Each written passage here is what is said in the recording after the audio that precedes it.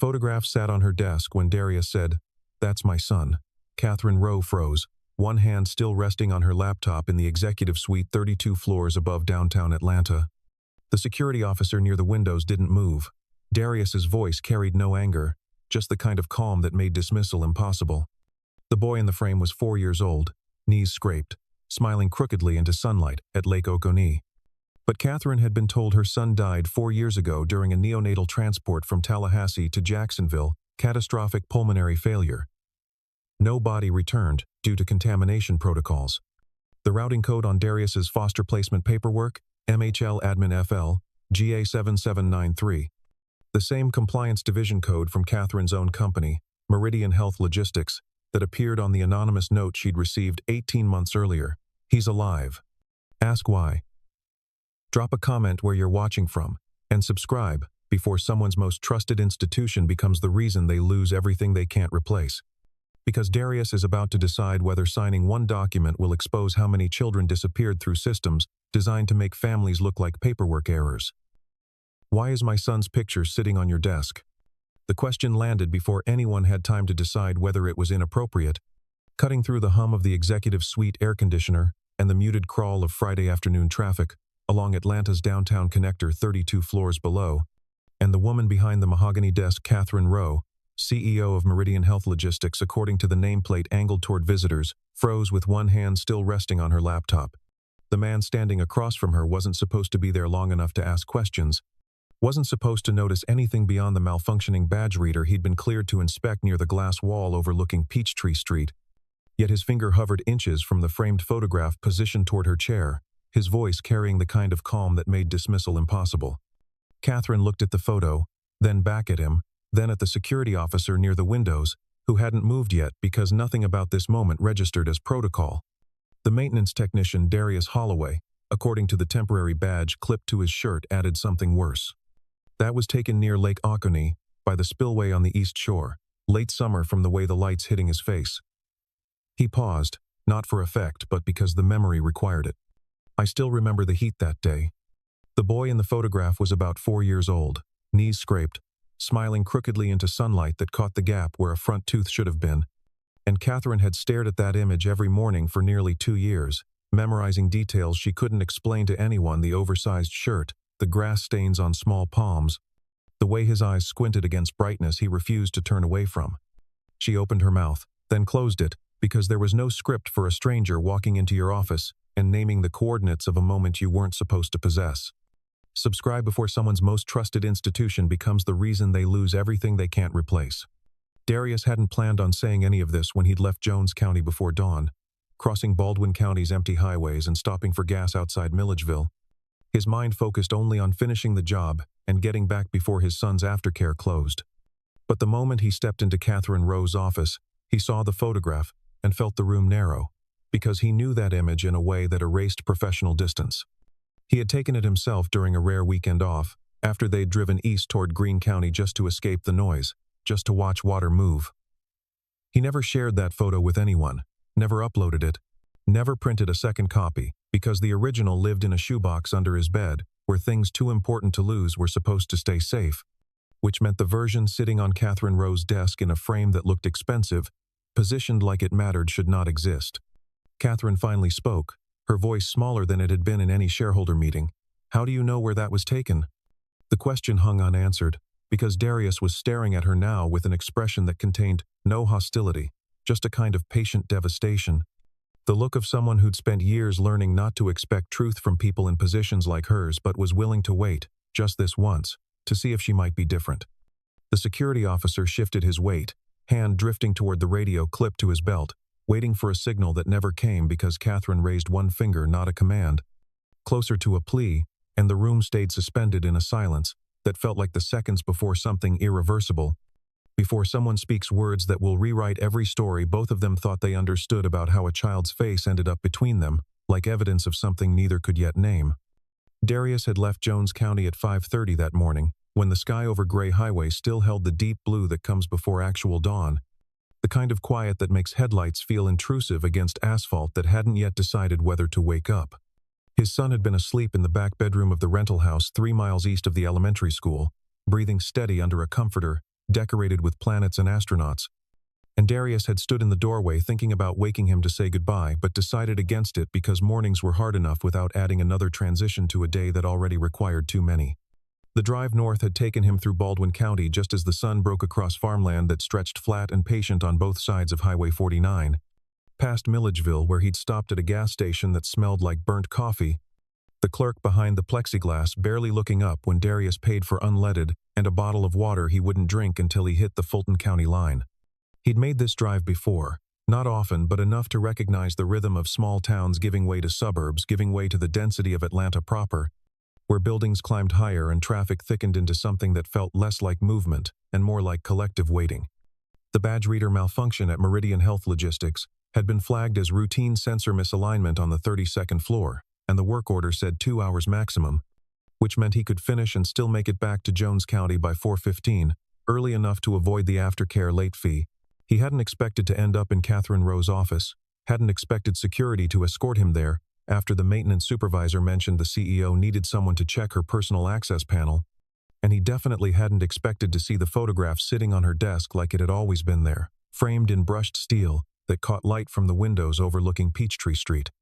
The boy in that picture was his son at 4 years old, taken during a weekend in late summer when they'd driven east just to see something different, just to escape the weight of routine for a few hours. They'd ended up at Lake Oconee because Darius remembered hearing it was beautiful, and because the drive wasn't so long it would eat the entire day, and they'd walked along the spillway where water moved, with a sound that felt like permission to stop thinking about everything waiting back home. The photo had been spontaneous, captured on a phone Darius no longer owned, because it had died 6 months later and couldn't be revived even by the repair shop in Macon that usually worked miracles. He'd transferred the image to his laptop, printed one copy on photo paper he bought specifically for that purpose, and placed it in the shoebox under his bed alongside his son's birth certificate, immunization records, and the foster placement documents that had arrived 4 years earlier with more gaps than explanations. He never uploaded the photo to social media because he didn't trust platforms that turned private moments into data harvesting opportunities. Never shared it with family because his family was complicated in ways that made sharing anything feel dangerous. Never showed it to coworkers because work was work, and his son was the part of his life that existed separately. Protected by boundaries Darius maintained with vigilance that came from understanding how quickly things could be taken away. Which meant Catherine Rowe should not have that photograph, should not know what his son looked like at 4 years old, should not be sitting in an executive suite in downtown Atlanta, staring at an image that existed in only one other place in the world, and the impossibility of it sat in the room between them like a question that had no answer except the ones that would break everything open. Catherine asked him to sit, and it wasn't the kind of request that came with authority but something closer to a plea, the way someone might ask for help when they're not sure help exists. Her hand moved toward the chair across from her desk, then stopped halfway as if she'd forgotten what gestures were supposed to accomplish. And Darius watched her hesitate in a way that made the power dynamic shift without anyone declaring it shifted, because fear doesn't care about titles or corner offices or organizational charts. She was afraid, and the fear was specific, focused not on him but on what he represented by standing there naming coordinates she thought belonged only to her. The security officer near the windows moved closer before Catherine raised that same uncertain hand again, a gesture that meant both stay and wait, and I need to handle this myself. Darius sat, not because she'd asked, but because standing felt like an accusation he wasn't ready to make, and the chair was leather and expensive in a way that reminded him of waiting rooms where people made decisions about other people's lives without ever seeing the consequences. Catherine sat too. Slower than necessary, her fingers gripping the desk edge like the mahogany might anchor her, while everything else dissolved into questions that had no business existing on a Friday afternoon in downtown Atlanta. She didn't speak immediately, and the silence stretched long enough for the air conditioning to cycle through another rotation, for traffic below to rearrange itself into new patterns, for light through the windows to shift by degrees too small to notice unless you were looking for something to focus on besides the photograph sitting between them like evidence in a trial neither understood they were part of. When she finally spoke, her voice carried careful control, except this time the control was thinner, more fragile, held together by will rather than confidence. That photo arrived 18 months ago, she said, and the specificity felt important in a way Darius couldn't parse yet. No return address, no explanation. She reached into the desk drawer, movements deliberate, and pulled out a manila envelope that looked like it had been opened and resealed multiple times.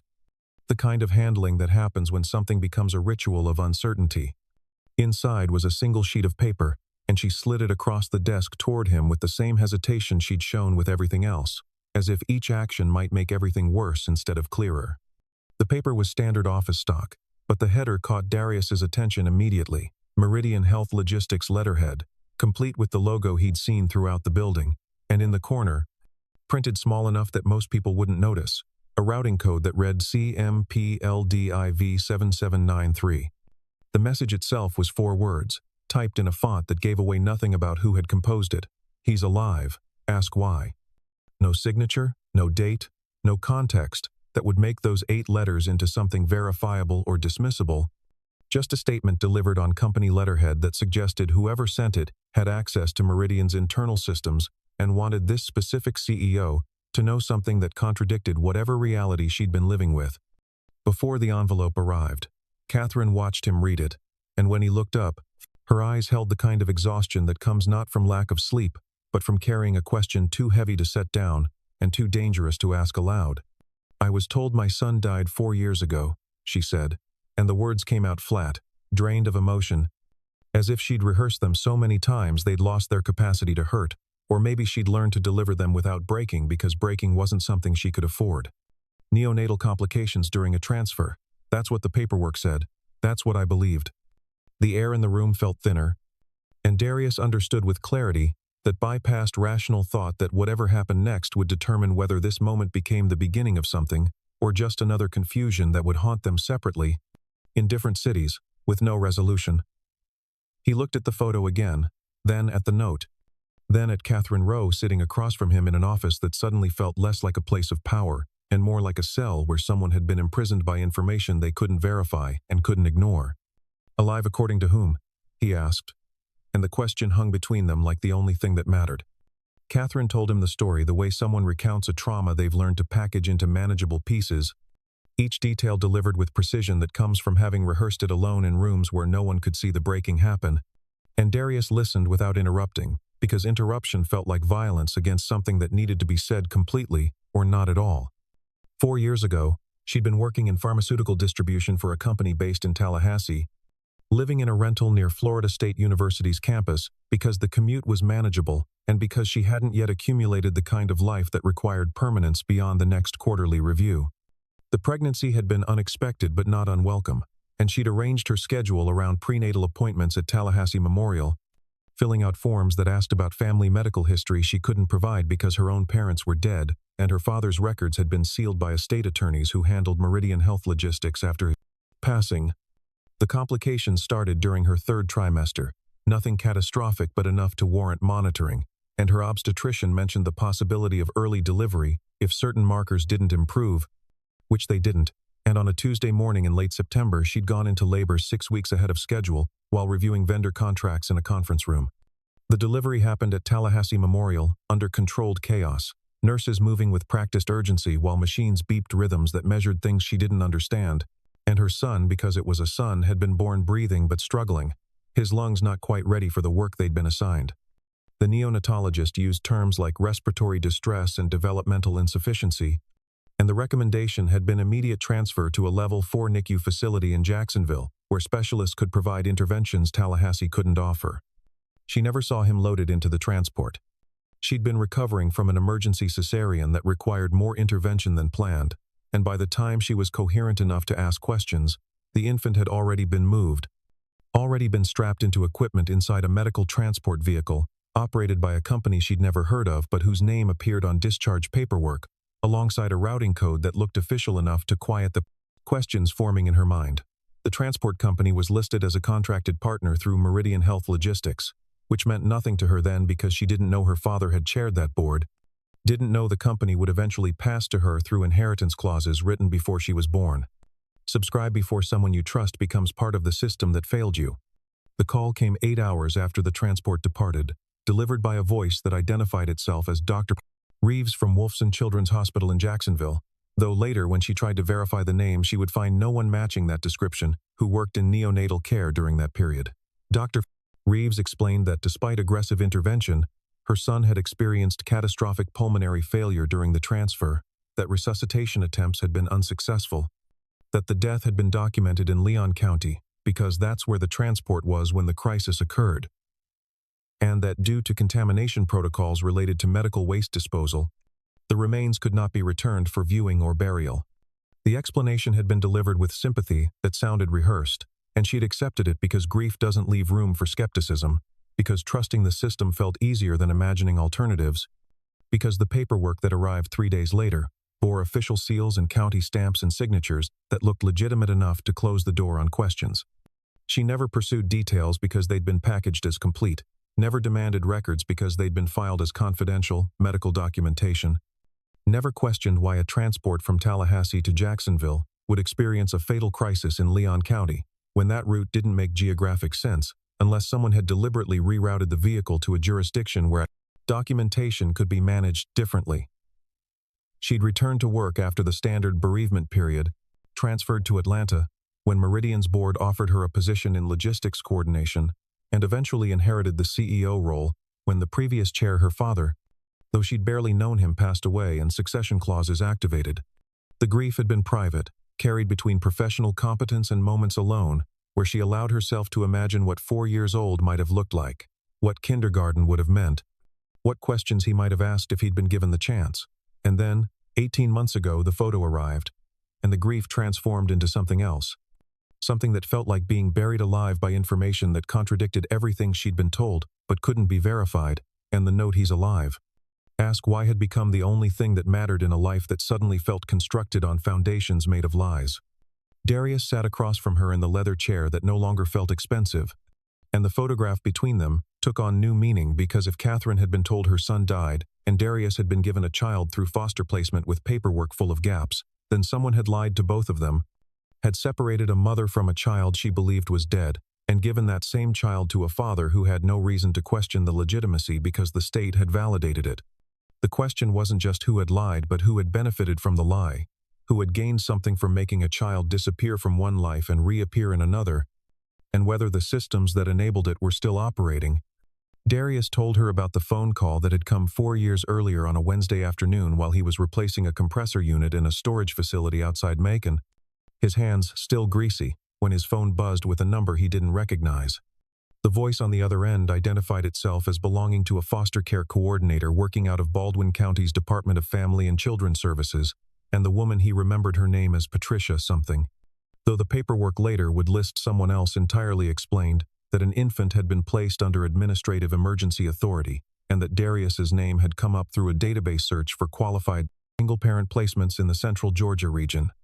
The situation was time-sensitive, she'd said, the infant currently in a temporary medical foster home in Milledgeville, but needing permanent placement within 72 hours. And due to the circumstances of the case, she'd used that phrase specifically, without elaborating the standard home study requirements had been expedited through a review process Darius didn't fully understand. The paperwork arrived by courier the next morning, delivered to his apartment in Bibb County by a driver who didn't wait for a signature, just left the envelope propped against the door, and photographed it as proof of delivery, and when Darius opened it he found forms that were partially filled out, sections redacted with black bars that made whole paragraphs disappear, and a routing code at the top that read MHL80MINFL GA 7793, which meant nothing to him at the time but which he would later recognize as containing the same number sequence that appeared on the Compliance Division letterhead Catherine had shown him. The infant's medical history was summarized in 2 paragraphs that mentioned respiratory issues requiring ongoing management but provided no details about where the child had been born, who the biological parents were, or why parental rights had been terminated so quickly that the termination date and the placement date were separated by less than a week. There was a birth certificate, but the hospital field was blank, replaced with a notation that read, "Interstate transfer documentation pending," and the mother's name had been redacted entirely, while the father's name was listed as unknown, not established, which struck Darius as unusual because most foster cases involved some attempt to locate biological family before moving to permanent placement. The coordinator had assured him during a follow-up call that all documentation was in order, that interstate transfer protocols had been followed according to guidelines established through the Interstate Compact on the Placement of Children, and that Baldwin County had received authorization from both Florida and Georgia authorities to proceed without standard waiting periods because of medical necessity. He'd picked up his son because that's what the child became the moment Darius held him from a foster home on the east side of Milledgeville. A single-story house, with a yard that needed mowing and toys scattered across a porch that had seen better decades. The foster mother who handed over the infant seemed relieved. Not in a cruel way, but in the way someone looks when they've been holding something too fragile and are grateful to pass the responsibility. She'd given him a folder with medical instructions, a prescription for a nebulizer that needed to be filled at a pharmacy in Macon, because apparently Milledgeville didn't stock the specific medication, and a warning that the respiratory issues would require monitoring, but shouldn't be life-threatening, as long as the treatment protocol was followed consistently. What she hadn't given him was context, and over the next 4 years Darius had learned to live with the gaps in his son's origin story, had learned to answer questions at pediatrician appointments, with phrases like, "Adoption records are sealed, and I don't have access to that information," had learned to deflect the subtle judgment that came from teachers and other parents who assumed a single father with incomplete paperwork must be hiding something shameful. He tried calling Baldwin County's DFCS office once, about 18 months after the placement, just to ask if updated medical history had become available, and the person who answered told him the case file had been transferred to state archives and that retrieval would require a court order, which seemed like an excessive barrier for a simple records request, but which he didn't have the time or resources to challenge. Now, sitting in Catherine Rowe's office with the photograph between them and the compliance division routing code connecting dots he hadn't known existed, Darius understood that the gaps in his paperwork weren't bureaucratic inefficiency but intentional design, that someone had wanted his son's origin to be untraceable, had wanted the transfer to happen quickly enough that questions couldn't be asked and answers couldn't be demanded, and that the system which made that happen operated across state lines with enough legitimacy to satisfy county officials who probably never looked closely enough to notice that the authorizations came from the same company that profited from keeping the process opaque. This wasn't a mistake filed in the wrong office, or a form lost in transit. This was organized erasure, executed with enough competence that it had taken 4 years and a photograph on a CEO's desk for anyone to see the pattern. Catherine opened her laptop with movements that had become automatic over years of managing crises that required data before decisions, and Darius watched her navigate through folders and security protocols until she reached a directory that carried a label he recognized from the compliance division routing code, the same sequence that had appeared on both the anonymous note she'd received and the paperwork that had delivered his son into his life. She explained without looking at him that Meridian Health Logistics didn't just transport patients between facilities the way most people assumed when they saw the company name on ambulances or heard it mentioned in hospital discharge planning, but that the company also operated a parallel function that most employees never interacted with and most clients never knew existed, which was why the compliance division occupied its own floor and required separate security clearance, even for executives who theoretically had access to everything. The compliance division, Catherine said, with a voice that had gone flat in a way that suggested she was reading from memory rather than processing new information, audited state overflow systems across the Southeast, which meant that when hospitals in Georgia or Florida or Alabama reached capacity and needed to transfer patients to facilities with available beds, Meridian's compliance team reviewed the transfers to ensure they met regulatory requirements and didn't violate interstate healthcare compacts. The auditing function sounded legitimate, even necessary, the kind of oversight that prevented hospitals from dumping patients into inadequate facilities. But embedded within that legitimate function was something else, something that became visible only when you understood how the exemptions worked. Catherine pulled up a document showing Meridian's contract with the Florida Department of Health, signed 8 years earlier when her father had still been alive and chairing the board, and the contract included a provision that allowed Meridian's compliance division to designate certain transfers as non-reportable administrative actions when specific criteria were met, criteria that included medical emergencies involving neonatal care, situations where parental consent was unavailable or had been legally superseded, and cases where interstate placement served the child's best interest as determined by licensed medical professionals within the Meridian network.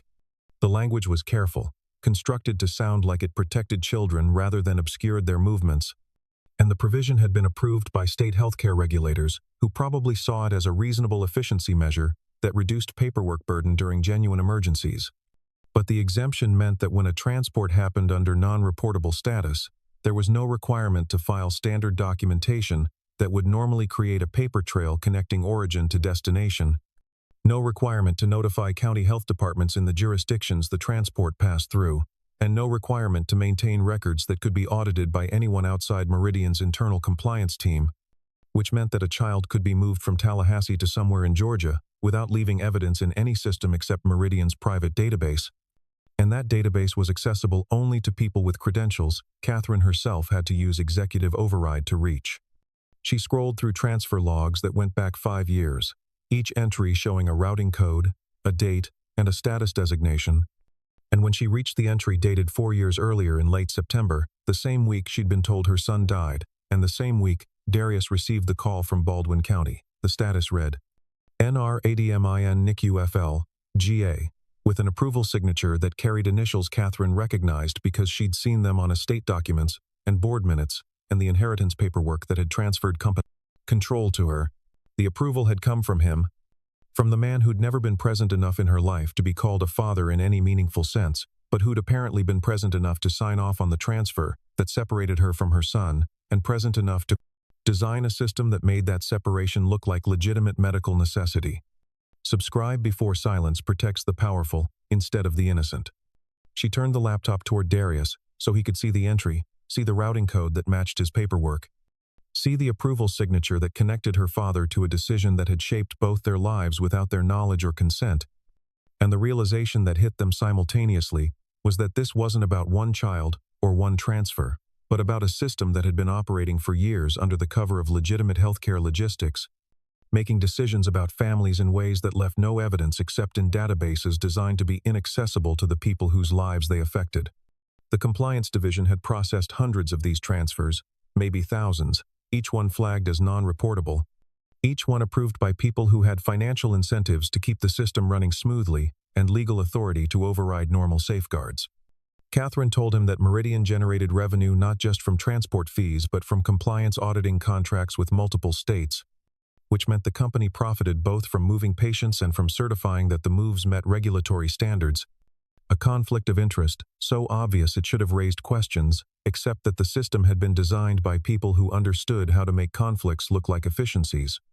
Her father had chaired the board during the period when these contracts were negotiated, had signed the agreements that gave Meridian the authority to decide which transfers required oversight and which could be processed as administrative emergencies, and had apparently used that authority at least once to make his own daughter's child disappear from official records, while ensuring the child ended up somewhere that looked legitimate enough to satisfy someone who had no reason to question paperwork that came through state channels.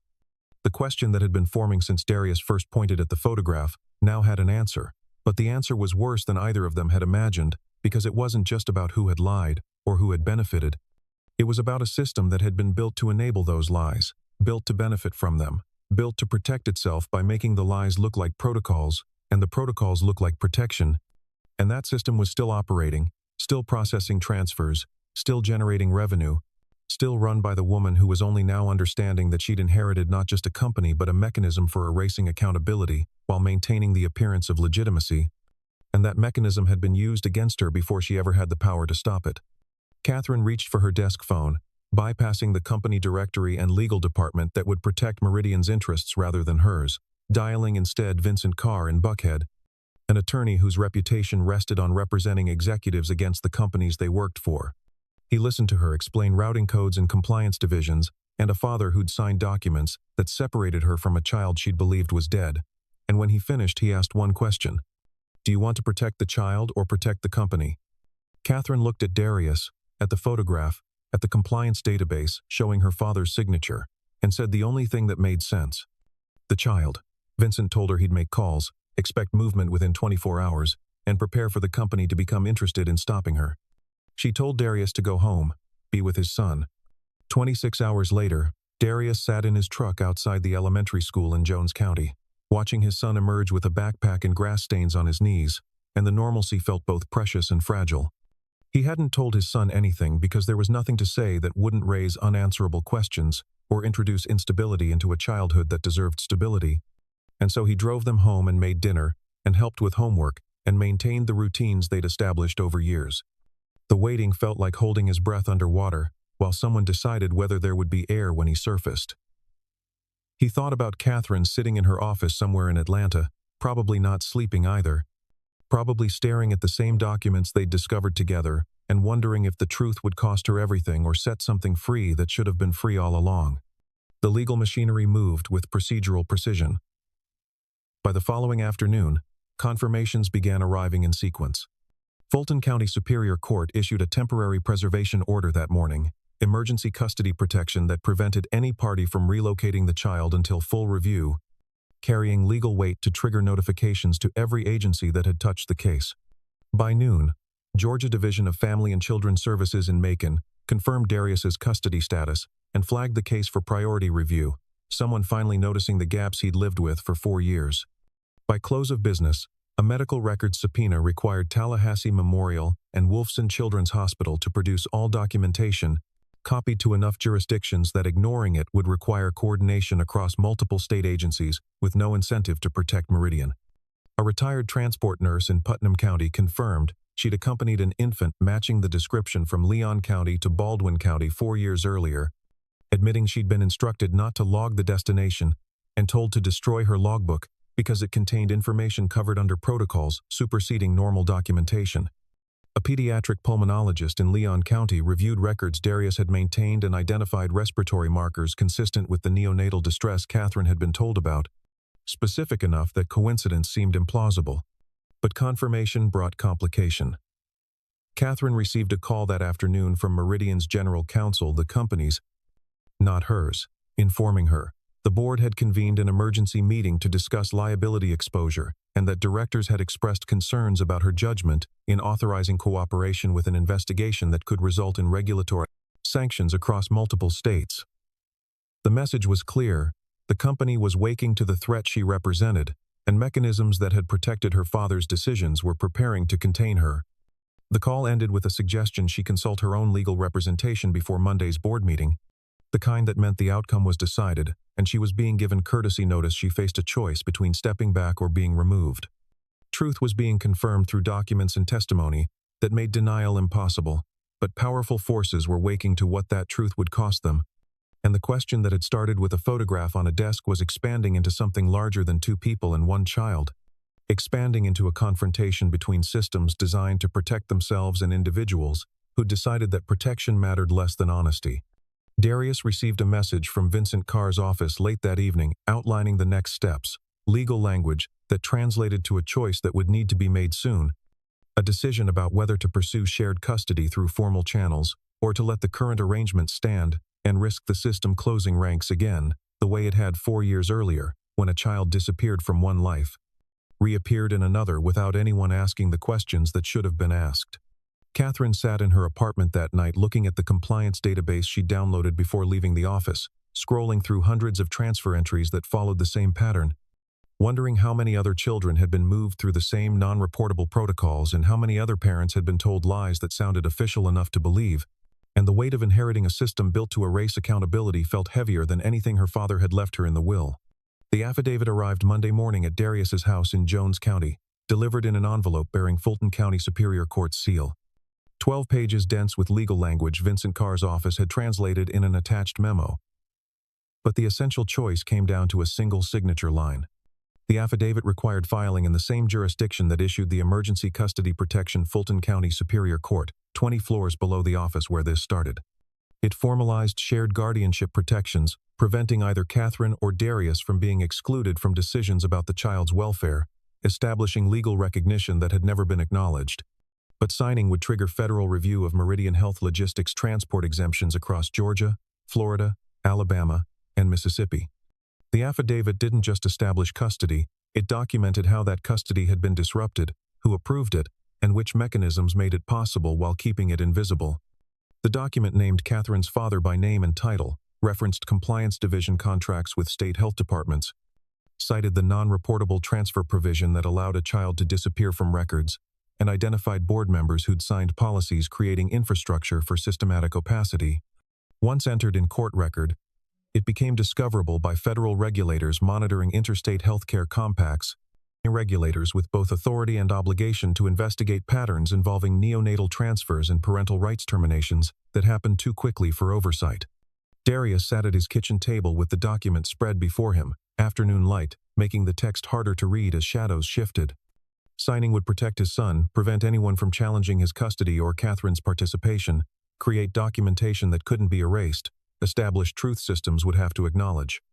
But it would destroy Catherine's position at Meridian, probably destroy the company, once regulators started pulling threads, connecting to hundreds of similar transfers, and would expose people who'd made decisions based on authority, granted by systems that trusted them.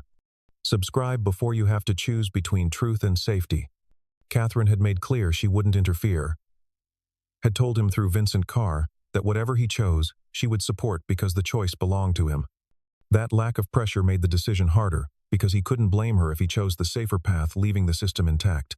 He could sign nothing, maintain the current arrangement through informal cooperation, raise his son without triggering reviews that would cost people their positions, and the cost would be living with knowledge that the same mechanisms could operate again, could make other children disappear. Or he could sign, choose documentation over silence, and watch Catherine lose everything while knowing her father's decisions had created the situation, making his son's placement possible. He thought about the nurse in Putnam County told to destroy her logbook, about the pulmonologist in Leon County who'd identified markers connecting a child in Jones County to a delivery in Tallahassee, about compliance routing codes appearing on paperwork from Florida to Georgia to Alabama, without anyone asking why the same company was both moving patients and certifying moves were legitimate. He thought about Catherine looking at transfer logs, showing hundreds of entries following the same pattern, about his son at school not thinking about systems operating behind the scenes. The choice wasn't about Catherine or Meridian, it was about whether ordinary people refusing to look away mattered more than protecting stability of systems that failed to protect the people they were designed to serve. The pen sat on the table, black ink and cheap plastic, nothing special except what it could do once it touched the signature line. Darius picked it up, felt the weight, put it down. Outside, Jones County continued its Thursday afternoon, unaware of decisions that might ripple across state lines. The pen stayed on the table, the signature line stayed blank, and the question that started with a photograph in Atlanta came down to whether truth mattered enough to risk pursuing it to its ending. Darius had left Jones County that morning after dropping his son at school, the affidavit sealed in the manila envelope on the passenger seat, where he could see it every time he changed lanes on the drive north. The decision to go to Atlanta hadn't felt like a decision so much as the only way to know whether he could actually sign something that would change everything, or whether the pen would freeze in his hand the way it had at his kitchen table the night before. Vincent Carr's office had called at 7 to confirm the filing window closed at 5, which meant he had the full day to either walk through the courthouse doors or turn around and drive back to the life he'd built that didn't require federal reviews or exposure, or watching Catherine lose the company she'd inherited, along with the mechanisms that had been used against her. The courthouse steps in downtown Atlanta absorbed heat the way concrete does in late afternoon, radiating it back into air that hadn't moved since morning. The building rose behind him, and somewhere 20 floors above was the office where this had started when he'd pointed at a photograph and asked a question that dismantled everything. The heat pressed down with the same weight it had carried years earlier at Lake Oconee, when the photo that would change everything was taken, when none of this existed yet, when his son was just his son. Catherine stood 15 feet away near the entrance, close enough to be present but far enough to maintain promised distance, wearing the same professional clothes except now they looked less like armor and more like acceptance. She wasn't watching him or the envelope, just standing in shade without trying to influence outcome. The street carried the noise of Atlanta, in transition, cars changing lanes, pedestrians moving toward weekend plans. He thought about his son, probably at aftercare now, and about the hundreds of transfer entries Catherine had found, each one representing a family separated by mechanisms designed to make separation look legitimate. Vincent Carr had explained the mechanics federal regulators notified within hours, Meridian's board responding with legal challenges, Catherine losing her position, systems exposed to scrutiny they'd avoided. But Carr had also explained what wouldn't happen if Darius chose not to file. That path simpler in ways that felt like pragmatism, recognition that protecting one child didn't require dismantling every system that had failed others. The pen was in his pocket, and the signature line was still blank because some decisions required standing where consequences would begin. Catherine's phone buzzed, probably the board's counsel. She didn't answer, and the silence acknowledged that some things mattered more than corporate strategy. Darius pulled the envelope from under his arm, felt the weight of 12 pages reduced to a single question. The courthouse steps stretched upward toward doors that would either open onto changed futures or remain closed. Catherine finally looked at him with recognition, acknowledgement that they were both standing in a moment that would define what came after. Darius pulled out the pen, held it in his right hand while his left gripped the envelope, and the space between felt like the distance between safety and honesty. The pen hovered above the envelope, and the afternoon stretched into silence that held no answers, just the weight of a question that had started with a photograph on a desk and ended here on a sidewalk in Atlanta, with two people who had been lied to by the same systems standing together where decisions get made or deferred, the future depending entirely on whether the pen would touch the page or return to the pocket, and that choice remaining unmade as the moment suspended itself between possibility and retreat.